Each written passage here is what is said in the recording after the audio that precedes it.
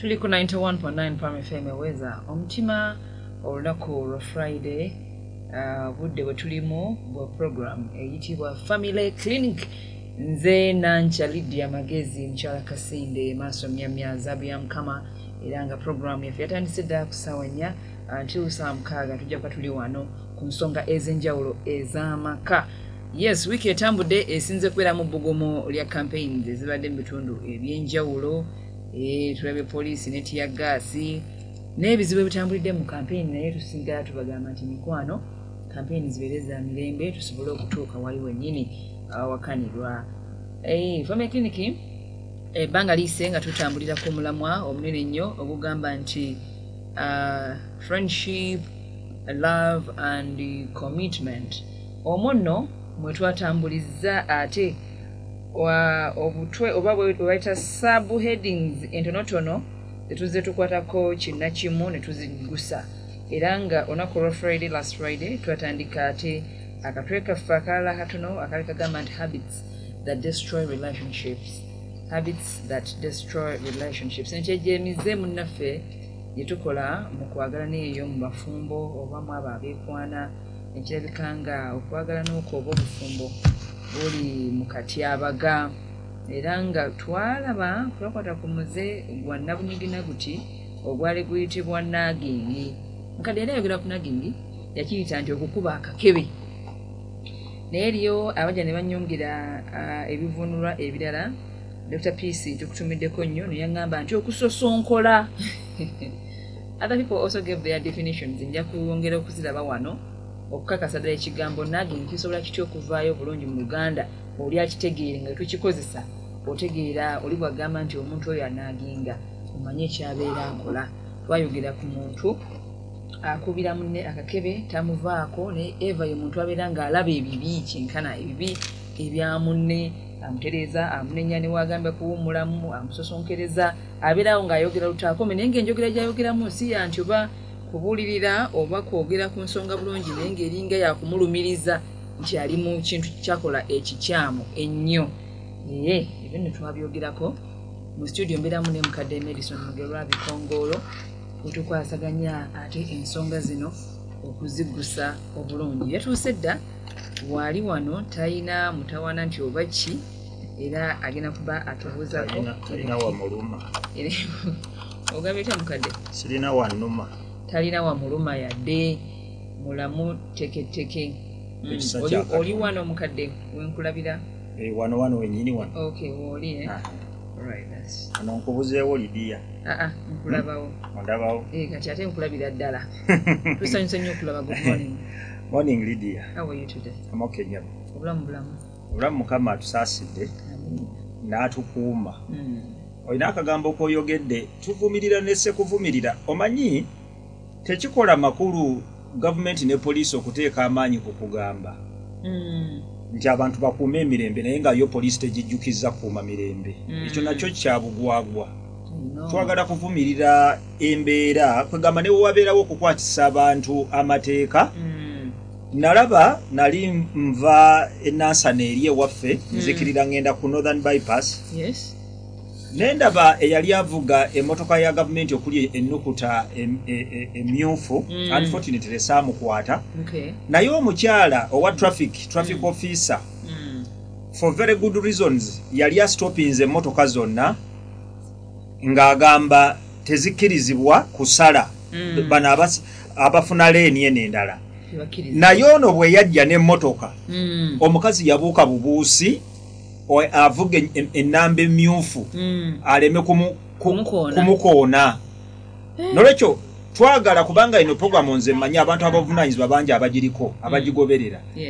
Gavumenti mukole ku mpisa z'abantu abakolera mu gavumenti. Wano tukyayina amaalo omuntu bw'avutuula mu mmotoka eriko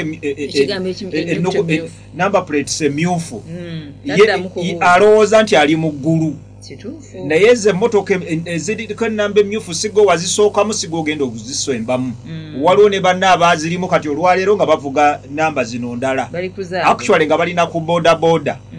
Nolwekyo nga gavumenti esaba era nange ngattako ku kusaba kwe kumu tukuume eddembe wakati mu kalulu ne campaigns naye nammwe be tulowooza nti mwandibadde bakyakulabirako poliisi amagye nammwe abakolera mu gavumenti mubeere kyakulabirako n'abantu ababulijjo bagenda kubakoppa nnyo nga mukola empisa eziwesa Katonda ekitiibwa. Amen. Thank you so much. Ne starter yaffe eyo. Eyo no si starter lidi. Okonyeko kakone. Ako mbadde ndi ku bibyo mbadde bakuyita kusosonkola mbadde nsosonkola bibyo.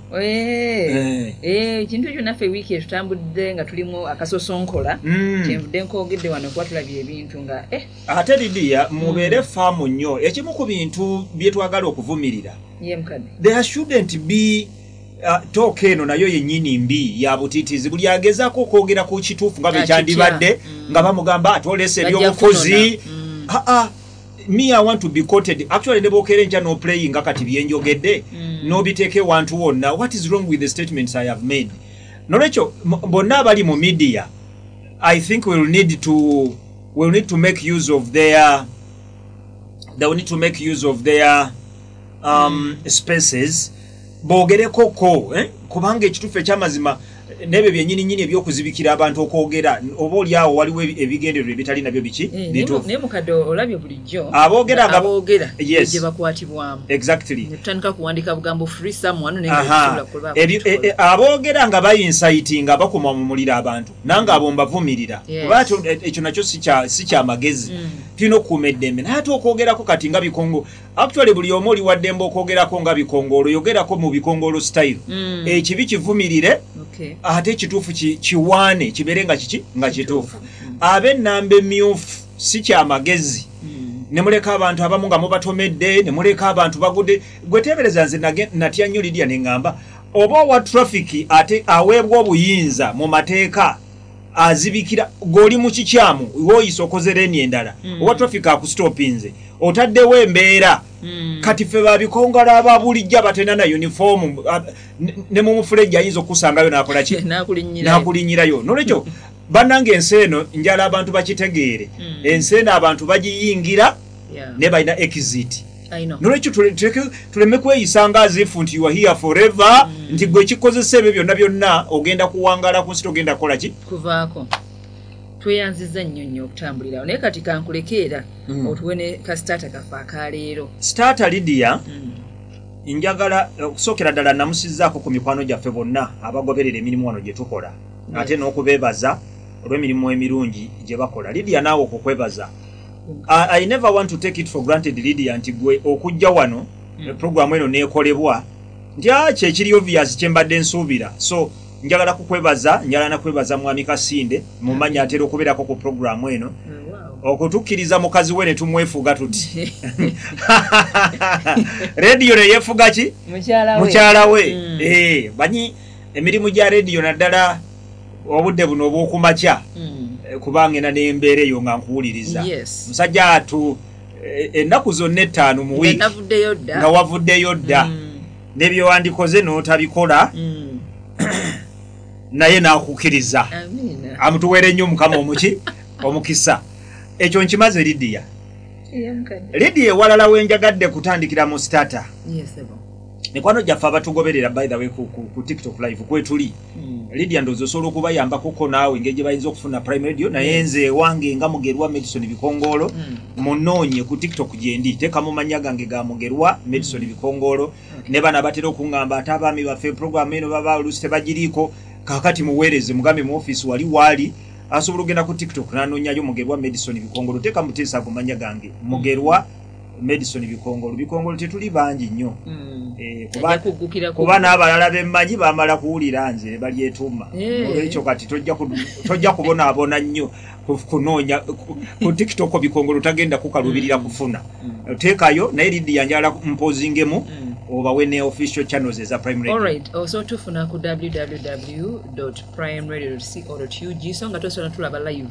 ku livecam website eri www.closeradio.tv/awr Prime Radio kotufunira www.closeradio.tv/awr Prime Radio oba otulaba live bulungi nnyo bw'otuukayo eyo. Okay. Kakati Lydia. Kasitata kange mu kukuuma amaka abaana bazze mu holiday n'abalala bakyajja naye kyenjagala ndowooza okuteekakoko essira ensonga eno ey'okulya okulya yesebo ndowooza kusobola okuyambako mu bintu bingi kubanga emmere Katonda agituwadde ng'omukisa okusobola okuyamba abantu bangi okusobola okusanyukiramu ekyo kye balya naye ate n'okukuuma obulamu ewamu ndowooza ewaluma ewaleetera omuntu okwebuuza ebibuuzo ebingi ye mukadde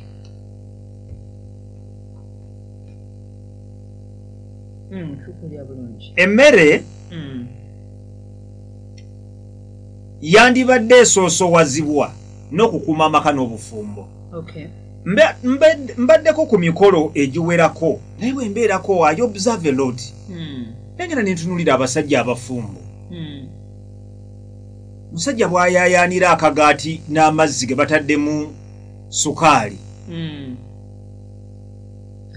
omanyi ne bw'olaba neegendereza oluusi abantu kye mba njagala bategeere si kye bategeera musajja oyo musajja wamalala agira bw'ati wamuwulidde abaagalwa bino ebintu bye tutaabigambeko omusajja oyo gwe mwagala okuyita yingini y'amaka omwami yingini y'amaka yandisibiddwa bulungi naye ngena nentuula in dismay Lydia nga waliwo ko we tuli oba ku mukolo oba nga nakyadde n'abantu nendaba omusajja bwagwira amazzi amateekemu sukaali n'akagaati nga semaka I don't know when I last ate like that bwabeerawo embeera y'ebyenfuna nga byebikalu bye with all my sympathies go to such people abeekyabwe kirala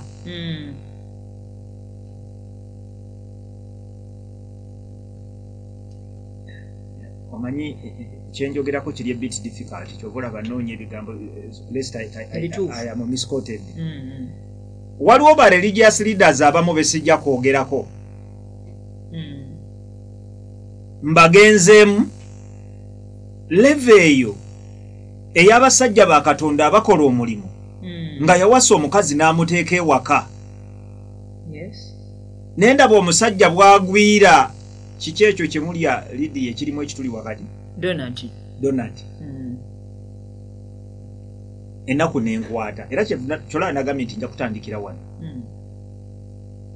omusajja oyo ogenda kuleeta ebizibu bingi ebiri related ku alusa kubanga essaawa 5 we baleetera kyayi abatambuddeko nange bakimanyi in most cases nze sitera nnyo kubanga mukyala mugerwa aba yantegekedde mba mutegekere ndi musajja mutegekere okay era I don't live my life to chance era n'okwerondalonda neerondalonda nze ndi used for so long ndya kumacha bweba breakfast ndya kamere akatonotono sikukwata chapati sikuzinga simanyi biki bidonati nebirala biringanga ebi kati amakanga tunaagazimba n'okubeeramu essanyu yingini eteekeddwa okubanga namu kubanga ebimu ku bisumbi Lydia abantu olwaleero ndya di alusa ne bijja omusajja n'abeereyo ng'awankawanka actually omusajja ave waka nga takkuse n'okugenda mu bwenzi kyangu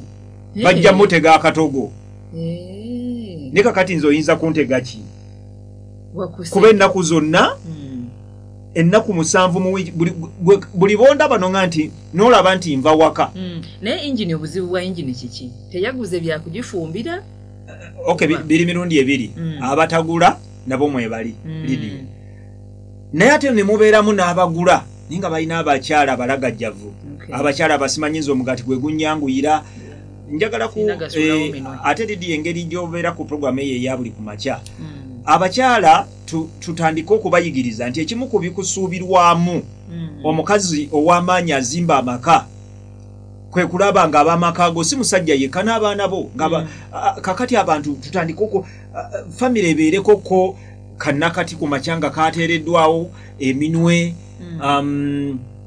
amagi kati abasajja bwe tugenda tukula emibiri gino ginafuwa tegimala galiisibwa buli kimu kati nze bwe mba wakulya gindi girya nkoko ŋŋanda naye nindaba abasajja nga bagwira amagi obagamba ata kugamba talina na budde bukyuzinga ku magi tasobola kubanga ekyokulya ebaki ogenda okumulaba omwana akutte flasika bw'ayingira bw'ati mwana bwadda mu nsonda eno abadde asomesa amujja nako amaaso ne gagenda eri ku flasika nolwekyo abakyala n'abasajja mwenna wano kibazingira mu Lydia yaleeseemu abasajja mbadde ntunulidde nnyo bakyala naye abasajja mugule ebintu mugule obummonde mugule ku tray y'amagi awo ebeerewo muleete flasika ewaka zibeerewo bakuteekeremu akantu k'osobola okuba ng'olya naye omusajja semako okuwankawanka okwo omukazi buli musajja wo bw'omuleka n'awankawanka oleeta endwadde omusajja si kirungi emyaka egyo naddala abasajja myaka 40 n'okudda waggulu mutandika okukwata bumwana akaaba buno mu bulye bugenda baleetera obuzibu abamu balina n'ebirwadde babagaana sukaali bano abaana oluusi bakola enkola zaabwe kyayajja sukaali olwedde yamutadde mudda n'ebirala ebiringa ng'ebyo so nga tunaakuuma amaka n'ebyobulamu tubirowoozeeko njala kumaliriza na kano Lydia ebirowoozo byange biŋŋamba abaana bano babayita amazing facts bano ab'ebyobulamu tujja baleetako ko wano batuyigirizeko ko ne kundi akuba amaka gakuumibwa kimu kubikuuma amaka amalamu kakati bwe twogerera obudde bw'ekyemisana bunaatera mu maaso eyo okujja naye bwe bunaagenda mu maaso kigenda kwetaagisa nnyo by all means abasajja bano kubanga bategekeddwa bulungi naawe omukazi ng'olya bulungi si kutegekera butegekezi mwami wo so tufube nnyo olwaba nga amaka gaffe tugazimba mu mmere abaana babeere n'emmere ey'ebyobulamu amaka gaffe gabeere nga geeyagaza Amina tuyanziza nnyo ekyo kitukoze bulungi nnyo kya mugaso right tuli ku 91.9 Family FM Weza omutima program Family Clinic mututudde mukadde tweyanziza nnyo ate starter yaffe gyotuwadde nkiwakati buli muntu ategedde obuvunanyizibwa bwe mu kwetuusaako endya ennungi ddala mu budde obwo obw'amakya awo onfuna bulungi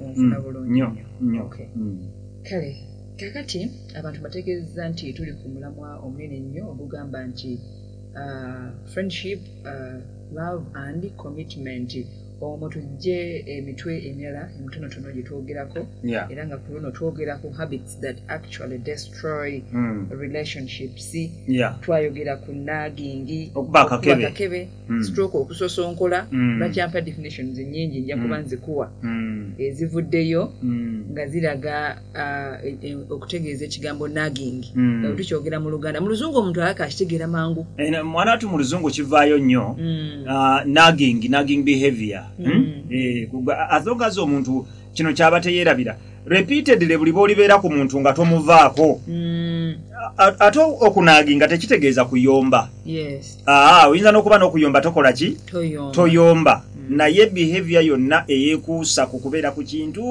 n'okibeerako omusajja bw'aba tanaaba mugambe ku lumu olaba nga muveeko tonaaba omusajja kati kankubuuze Lydia omusajja atanaaba ye takimanyi nti tanaaba anti agenda sula nange kati bonna munaginga n'akola ki anti kyeŋŋamba abeera nga ŋŋamba amufunira obuliri obwo kwata mazzi mu baafu awo agabuguma ne fulasika osiimula omusajja osaakunyumizaako asiimuula ng'osiimula omusajja ng'omugakyuka kyuka bebi ng'omusiimula mu mugongo abo abatanaaba bo okusiimula bakwagala teriyo musajja atayagala kunaaba atayagala kumusiimuula genda okola okunoonyereza kati ekizibu kiyinza okubeera tanaaba mazzi gookya bwe buzibu oba ganyuguga kuba bwatuuka ku level nga n'agookya simanyi kuba nze ate naaba naye nga atanaaba mujja tubulira n'agookya Lydia amaka omukazi ate Lydia ebintu bimu bambyogera abantu babitegeera batya oba babirowooza batya omukazi yaŋŋamba nze omwami wange musiimula busiimuuzi omusajja ebirala byonna abikola amusiimulira mu buliri ngaye basaji n'alyoka amusaka kawero simanyi naye nze kyeyaŋŋamba musiimuula yenga nti mukadde nsiimudde omusajja emyaka egisoba mu 15 nsiimuula muki musiimuule naye nagindira okukinoonyerezaamu nnyo nga siraba buzibu kubanga ye agamba musajja we amwagala ayagala amaka ge abaana be abaagala musajja akola buzibu bwe buli ku kunaaba kati y'omukazi akanya tawulo nakusimuula katawulo kano nga wanika enkwawa nga amusimuula nga muwanika okugulu nga amusimuula amaka nga gatambula gwe ngoddeeyo nze Lydia kye nazuula ku maka njagala abantu bakitegeere amaka gakwate nga bwe gazze wakati otandika olugezigezi nti bikongolo ng'anaaba musajja muno bikongolo mulaba buli kaseera abaanaaba kati gwe manyi wogo wafuna tanaaba wakusimuula ng'osimuula kintu kyo kubanga nze nkitegeera omuntu wange nti atya amazzi aganyogoga nange natya naye agokya we gali nago n'ogamba nti bakuyiseeko kawe kati waliwo ettuluba ly'abasajja nga tatya buti mazzi ganyogoga ye atya kunaaba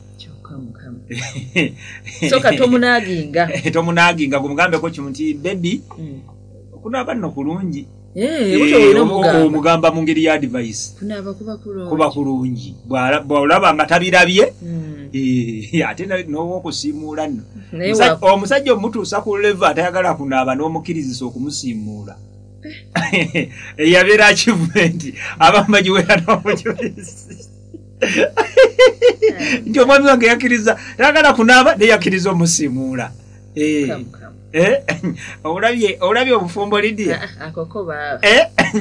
omusajja wokusimuula Katonda yakusaasira wasanga ayise musobolera kagabanyiko okugulu tukoseemu kyokka banna olwo alina omulimu gwakuba amataffaali akanika nga wakusiimuula ate ab'emirimu egyo be bataagalira ddala kunaaba abasajja ba ofiisi nga tunaaba nnyo abasajja ba bulooka bayira we mbatumiddeko kwe bali kuno bakubi ba bulooka bamakanika ababazzi emirimu egyo n'okunaaba ow'omungege ye anaaba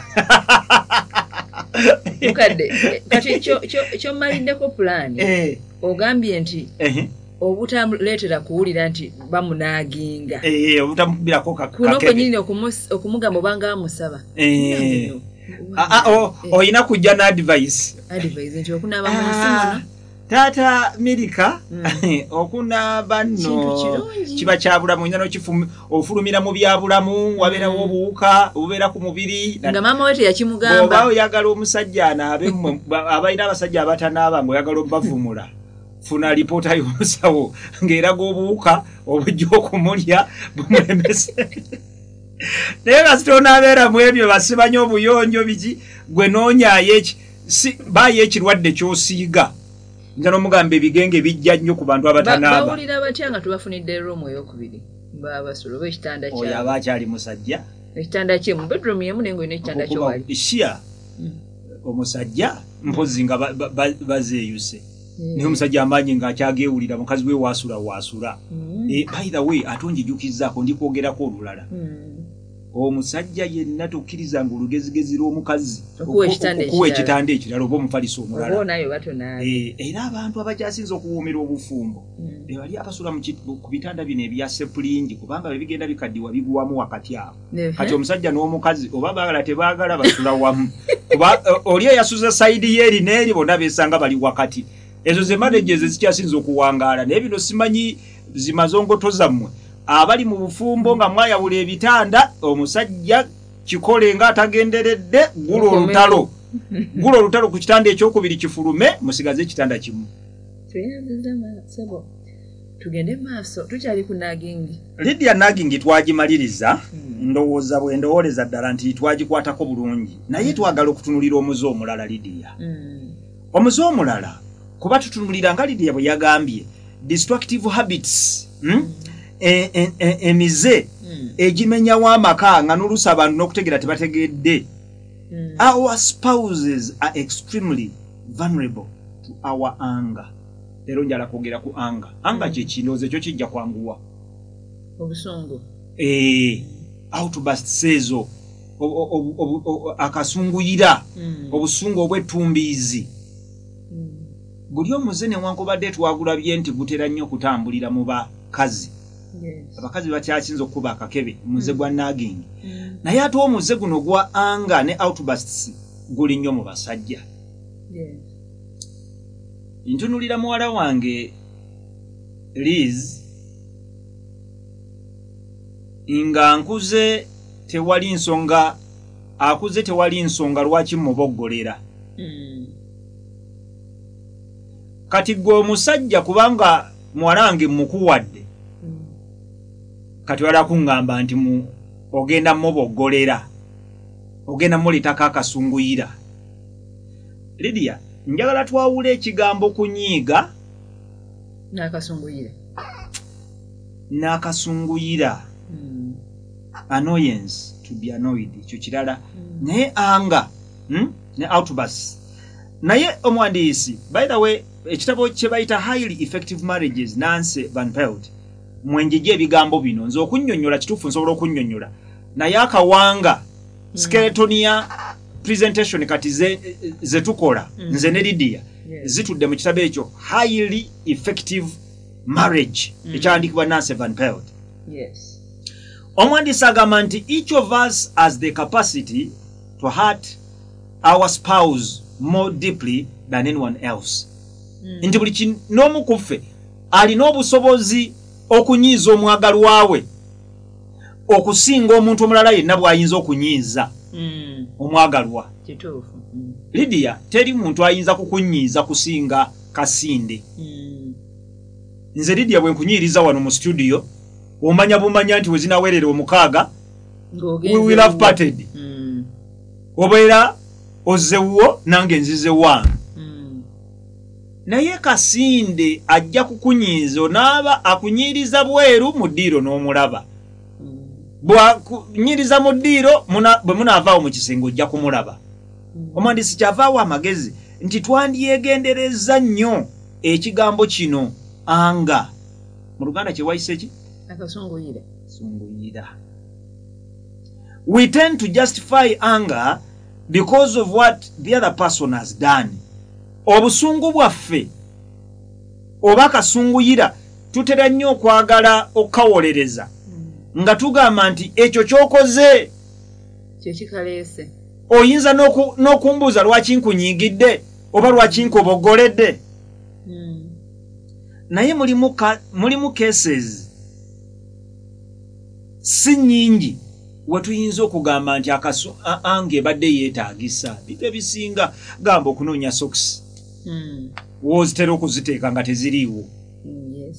Sirowooza nti ekyo kyandireetedde omuntu obukambwe. Ani akambwala onaazibuzizza? Onaazibuzizza. Ng'akambwalira nze webale nnyo azibuzizza. Oba abakazi oluusi mu lugezigezi lwammwe okutandika okuleeta akasunguyira kubanga sokisi mbu bazitadde wotayagala zibeere. Zijiwu. Mwalayira mwafuuka omuntu ki? Omu. Omwandiisi agamba nti cases si nnyingi nnyo ze tugenda okugamba nti obusungu obwo bwabadde bwa nsonga. Males in most cases make more angry outbursts than do women. Women tolerate less of the outbursts and are more emotional and sensitive. Kati njagala abasajja basooke bawulire. Gwe bayita omukazi nga noono gwendi naye mu studio ntandise naye. Ekigambo kubaboggolera n'obukambwe kyekimu ku bakazi kye bataagala. Singa abasajja bali ekyo bakimanyi. Nga bw'olaba omusajja bw'atayagala mukazi ali nagging. Omukazi gye buba ne gye bugenda egimukumize kuba kati gye tutunuulidde egimenyawo amaka mukazi kumukambuwalira kumuboggolera. Women naturally bali soft. Emu ku experience Katonda gyampadde okutegeera ennyo abakazi ngitegeeredde nnyo ku muwala wange. Mukama mpadde omukisa to grow both a son and a daughter. But I have realized abakyala Lydia muli balala. Muwala wange kuva buto bw'omuboggolera ye omulaba kimu nga kimuyisa bubi. Ate omulenzi asobola okuba nga somehow naye kimuyisiza bubi naye alina engeri gy'asobola okyakomodatingamu. Nolwekyo as much as possible twewale okuboggola enijenno kababeere bazadde abaana most cases bw'obabuulira nze ndabira ku bange obabuulira nga tubaboggoledde ati ne bategeera. Naye ate bwe kituuka ku mukazi ate omukazi nga mukulu bazadde be baamukuza ne bamuteekateeka okuboggola omwandiisi agamba abakazi kubafuula emotional and sensitive. They take more time to heal. Nti omukyala kimutwalira waawo omuboggoledde n'olaga ekiruyi golowooza wabimaze mbona yasigala akyaki. They gross over it.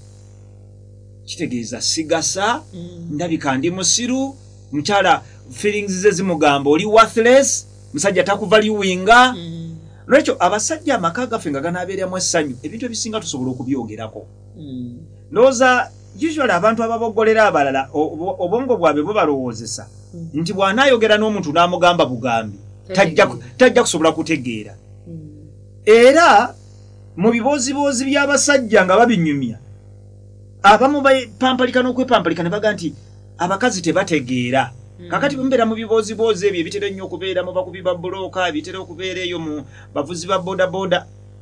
Emboozi eyo n'ogikwata n'ogitwala ewaka n'ogiimplementinga kubanga olowooza omukazi tategeera n'okuboggola n'oboggola.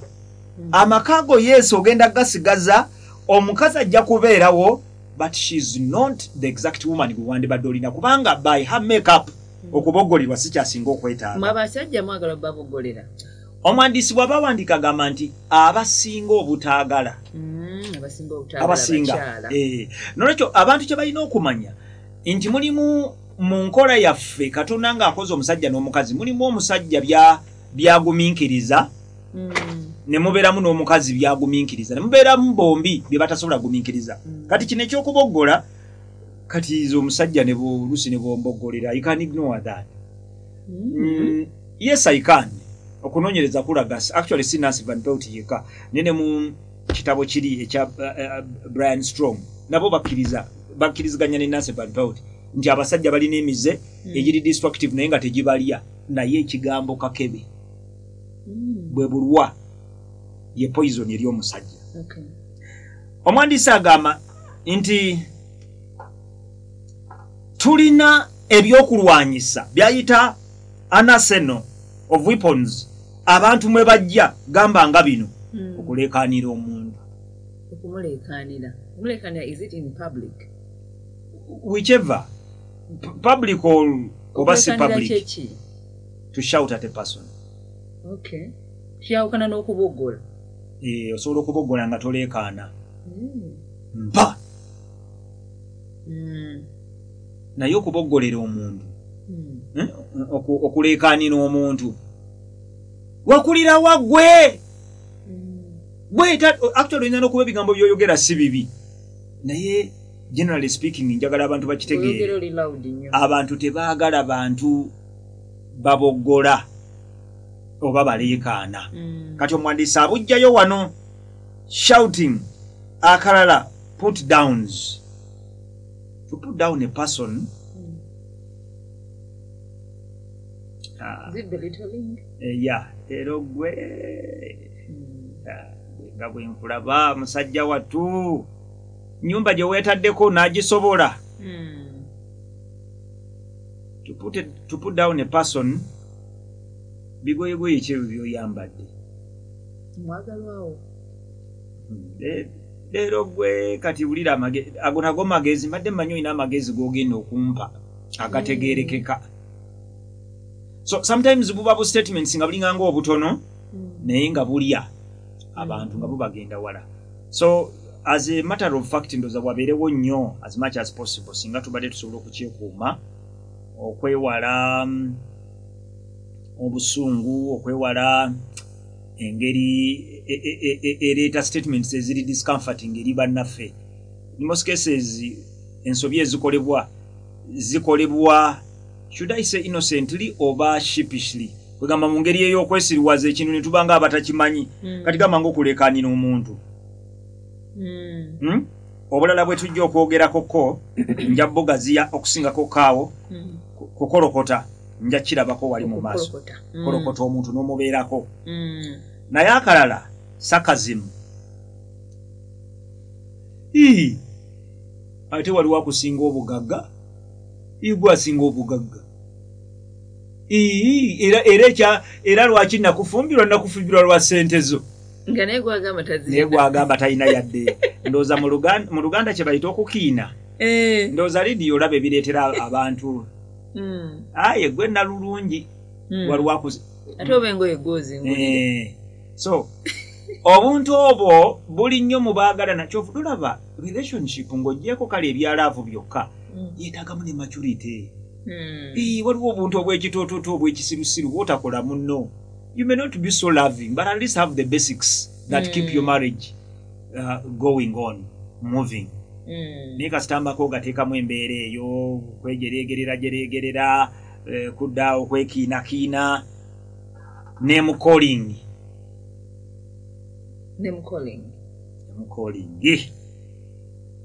bannange ebintu ebimu bunafu bw'abantu naye ng'ate bizibu oba mpe kyakulabirako nga ki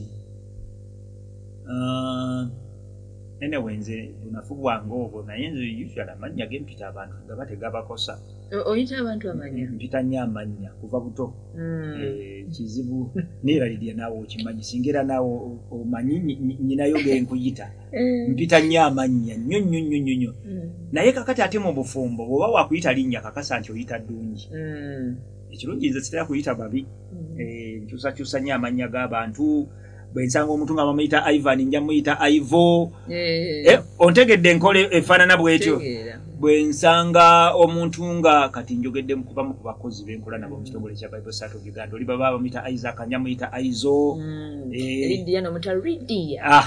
so I find a way naye nze ndowooza ekyo kiryoka ekyange kuba amanya gammwe ennungi n'amalungi naye mu bufumbo waliyo nicknaminga munne erinnya ebbi tufudde kafulutira wuuyo oli namuyita omubazi namuyita omubazi ng'ate oli takyagala naddala buli bw'oyita erinnya omuntu ly'atayagala nze n'abaana bange mbayita amannya gaabwe kati mwege mumanyi mala naye singa tubeera ewaka liza alina lyemuyita David nyina lyemuyita but bwe nabayitanga nenda bange eryo talyagadde nga nkyusa paka nze bwentyo nga kyusa by nature bwentyo bwenfaanana naye kakati kyoba omanya nti abantu abamu tebaagala kuzannyira ku maki naddala mu maka mwandisi agamba nti name calling is one of the biggest problems ekirala kukoonerera kuliwa bemba nkugamba sikuba waliwo enjawulo wakati w'okuba n'okukoonerera bemba nyina kinkugamba njagala owulire gwe lwaki nkugamba nga towulira oluusi kagalo abamu bakola lwakuba tetuli ku TV omukadde gattirawo ddala abanyumya emboozi nga bebatukuba empi nga bakoonerera n'obukokola n'akukuba oluyi abantu kibanobya kibanyiiza mu maka sirowooza era oyo oba wamutegeera nti mukubi wampi naye saala muntu nanga ayogera ngakoonerera kyala wange ennaku ezo yaŋŋamba nti kakati mbungi ye yakizuula ng'ate nze ekyange buba bugalo buno banjogera n'omuntu sikoonerera naye njagala nnyo naddala buli bwe nkulaba nga tontunuulidde ali attentive that's my biggest weakness banjogera n'omuntu attention mbanjagala naye kaakati abalala emize gyabwe kubirira jjukira bino byonna biri mu busungu Lidia si bya bino ebya bulijjo bano abaseka n'akuba oluyi alukuba ne lukuluma naye omanya terujjidde mu mutima gwa busungu Nansiba Mpeuti agamba nti bano ababikolerana mu busungu era akola statement n'agamba abalala kusika nviiri eza munne mwanyiga bw'ati n'amusika enviiri so omuntu buno n'obulalala bungi abalala banakuba amasimu Lidia ano bajja kubanga bakubuulira but the key point here is twewale embeera y'akasunguyira obusungu buno bukwogeza ekintu kyotajja kuza abaganda bagamba nti kyerabira muki mugambi taata gundi naŋŋamba nti mpunya siryerabira taata nze mukadde kangutegeeze bwe nalabira amaka gaffe nti kaweddemu obufumbo n'embeera y'okukuza abaana kati Lidia bino byenkootinga is a true story omusajja oyo lwe yaŋŋamba nti mpunya muwunyirira namanya nti ndi kasasiro era nze ne mmanya nti bwe buli ngeri kantegeke engeri gyemuwunyirira omusajja muviire afune emirembe kati oyo amuwunyirira yali alina mugamba atya nti kinti amuwunyirira engeyo kubanga ayinza okubeera ddala kyufu yali amuwunyirira amugambeko atya Lydia, I find that a very good question by the way. Kakati kituufu omwagalwa wa ayinza okuba nga waliwo embeera etateredde bulungi. Naye buli bw'olireeta ekintu mu kwagala it reconciles well. Nti nino oba wetagayo kidagala osobola oga nti okay kati nja kankozese family setting ey'abantu abali mu kyalo. Okay. Maama Nakawunde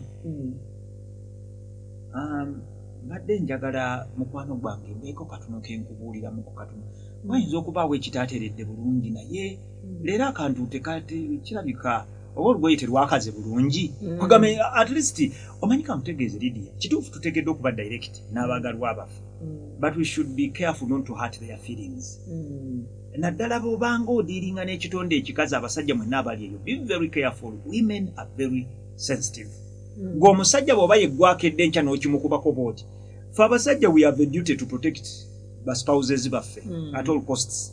You are the last person omukazi w'okuwulira nti ali worthless. When a woman feels worthless mu maaso ga mwami we talina muntu yenna agenda muteekako worth ekyo tebakikulimbanga. Nolwekyo Lydia obuuza ekibuuzo ekirungi care must be taken okuleeta ensonga in love so si kubikkako kuba omuntu ayinza okuba oba teyasenyeza bulungi oba teyakoze ki naye Lydia era bw'onajja n'okiŋŋamba in love ngenda kitegeera naye oba kiki oba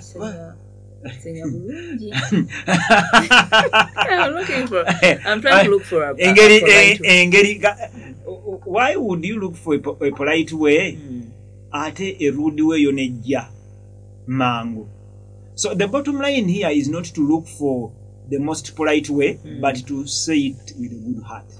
Omanyi Lydia to giving away in most cases abakazi bebavuma okuwunya abatawunya naye ono anoonyaayo mu busungu ekitofaali kyanakkata ku ono n'akakasa nti tavegenda golokokawo with a good heart kinyambyeko okuwa obulamu nkirabanga oyinza n'okwetabulesa eddagala ne ka perfume this is our deal lwakuba mu birabo emmanga mugula ebirabo okuleka ng'obigulira mwami wo mugulanga ebirabo nga perfume yebeerako kyecommunicatinga waliwo abantu ebintu ebimu tujja genda tulangaawo n'ogulira omuntu obusenya nga si mwami oba mukyalawo isha kati nze mukyala wange okungulira akasenya oba perfume oba kiki it's okay tuli kimu naye mwe abakyakwanagana mmwe abali mulaavu simanyi fiance simanyi wate fiance mba namuwulidde nga ekizibu kye kiri ku linnya nemugulira akasenya shia eyo relationship ojja kuba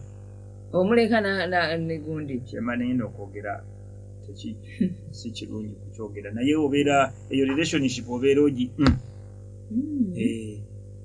so zuula byogenda okugula biri appropriate mu setting and all that but the bottom line kukiri Lydia wetubadde kakasa nti ebintu ebisinga ne bwoba onyiize nze kati generally siri musajja munsirise njogera naye bwe mba nyiize nayiga skill ey'okusirika kintu nenkibwamu ebbanga kintu okulaba singa essaawa eyo toyogedde n'osirikamu olw'eggulu mugenda okudda nga tolina na kintu kyonna kikuleetera kusasambuka na munno gamba oligenda n'okireeta nga kya mirembe nnyo ntera nnyo okuwa examples by the way si mu bubi wabadde jjo it was yesterday then papa nensika engoye zange mu wardrobe awo nzirekawo awo naye mukyala wange enkubira gye yankubidde akasimu era ndamwebaziza n'omwebaza nankubira akasimu nga nti kati sebo mbadde njagala kumanya pulaani y'engoye zino zensanze wano yabadde pulaani but the message was very clear she wasn't happy nti engoye nakoze ki nazisise mu wardrobe nenzirekawo nga mpapa naye the care gye yakozesezza not to heart nkumana saaki kikoze mu bujozi nabadde musajja obudde nina kyennoonya sikiraba nange neetonze mangu ndowooza example esobola okuyambako abantu nti osobola okuba nga ddala mutuufu olina ensonga entuufu ey'amazima naye mukyala wange yaŋŋambye last evening nabadde nkomawo nanga nti okay oli ludda wakoze ndi wano oli otya nti ndi bulungi kati ekira kye mbadde mbuzaamuko pulaani y'engoye zino zenda wabadde na pulaani kikongoye zino the message was home era Lydia tosobola kukikkiriza natandikiddewo butandikizi ku mwetonde I'm so sorry engoye nagize bwe ne bwe nti naye next time I'll do better. You see that Lydia? Kakati ekyo kye tulowooza nti osobola okuba naddala abasajja mwegendereze nnyo abasajja teri musajja ayagala kuddaawo kumukwatanga kaana kato oluusi abakazi beerabira teba differentiatinga between abaami baabwe ne mutabani we bw'oyogera ne mutabani we is not how you should speak to me nze ndi mukulu muno yes nkoze ensobi naye how you come matters. Ebintu bino abaagalwa abantu bemuwulira akumanya Lydia topic gye tuliko nkulu nnyo amaka abantu be bawulira mba abantu ba divorcing teba divorcing anti kubanga mu maka omukazi yasanzeemu omukazi omulala ngali mu kitanda kye nedda abasinga actual obo mwandiso nagamba nti bugena ne bujja nga bugejja paka bubanga tokyayina kya bokolera abantu ne bafuna outbus ekiddirira ne baparkinga inzikiriza Lydia yamalirize n'omuze guno ogwa criticism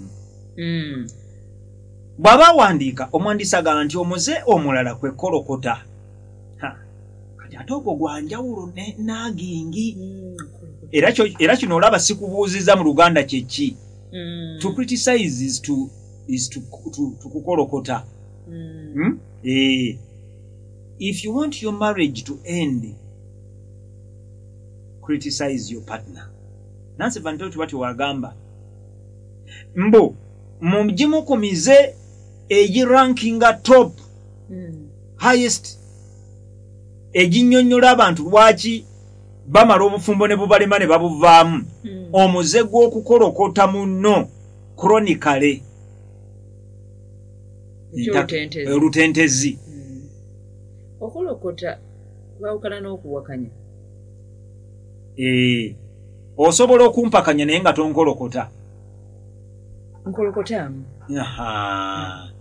naye gwe kaakati buli bw'obeeraawo n'osimba olukono ye olukono lwakubeerera ki n'osimba ekyo nenkyesibako nenkusanga era omulundi omulala nze wantamye olukono tosobola so in other words omuntu akolokota agezaako nnyo okulaga nti oli mubi buli kyokola akolokota emmere gyofumbye n'akolokota enjoza ye muntu alaba negative side buli kyokola. Thank you very much.